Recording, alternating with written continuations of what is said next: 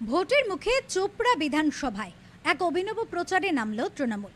এদিন দেখা গেল বৃহস্পতিবার সকাল সকাল পাড়ায় পাড়ায় ঘুরে মহিলাদের একত্রিত করে প্রার্থী হামিদুল রহমানের স্ত্রী মরিয়ম নিসা তিনি মহিলাদের জোগাড় করে চোপড়া গ্রাম পঞ্চায়েতের একাধিক এলাকায় ঘুরেছেন এবং মহিলাদের সঙ্গে নিয়ে পাড়ায় পাড়ায় বসে রাজ্য সরকারের বিভিন্ন উন্নয়নমূলক প্রকল্পের কথা সাধারণ মানুষের কাছে তুলে ধরেছেন।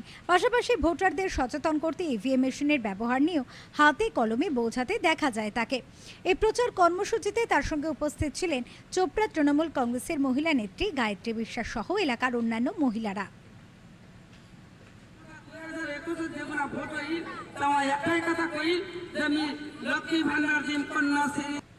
আমার তো স্বামীর হয়ে তো আমরা একটু করবো, মানুষের কাছে যাব।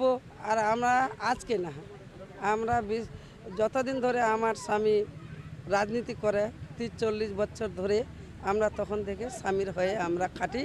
আর আমরা আজকে না, সবসময় আমরা যখন বিধানসভার ভোট আসে তখন আমরা এই যে মহিলাকে পাড়া মিটিং করি।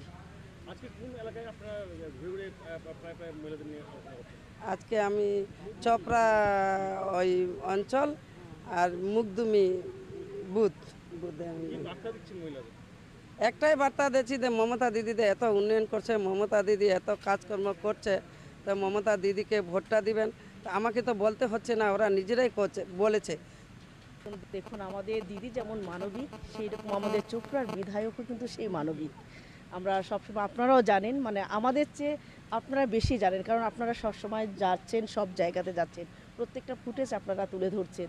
তো বাংলার মানুষ হচ্ছে শান্তিপ্রিয়, তারা লাইনে আর দাঁড়াতে চায় না। আর মমতা বন্দ্যোপাধ্যায় যেভাবে মহিলাদের আজকে অবলা থেকে সবলা করেছেন, সম্মানের জায়গাটা আজকে তৈরি করে দিয়েছেন মমতা বন্দ্যোপাধ্যায়। বিশেষ করে শুধু চোপড়ার মহিলারা নয়, পশ্চিমবঙ্গের মহিলারা মমতাদির সঙ্গে রয়েছে।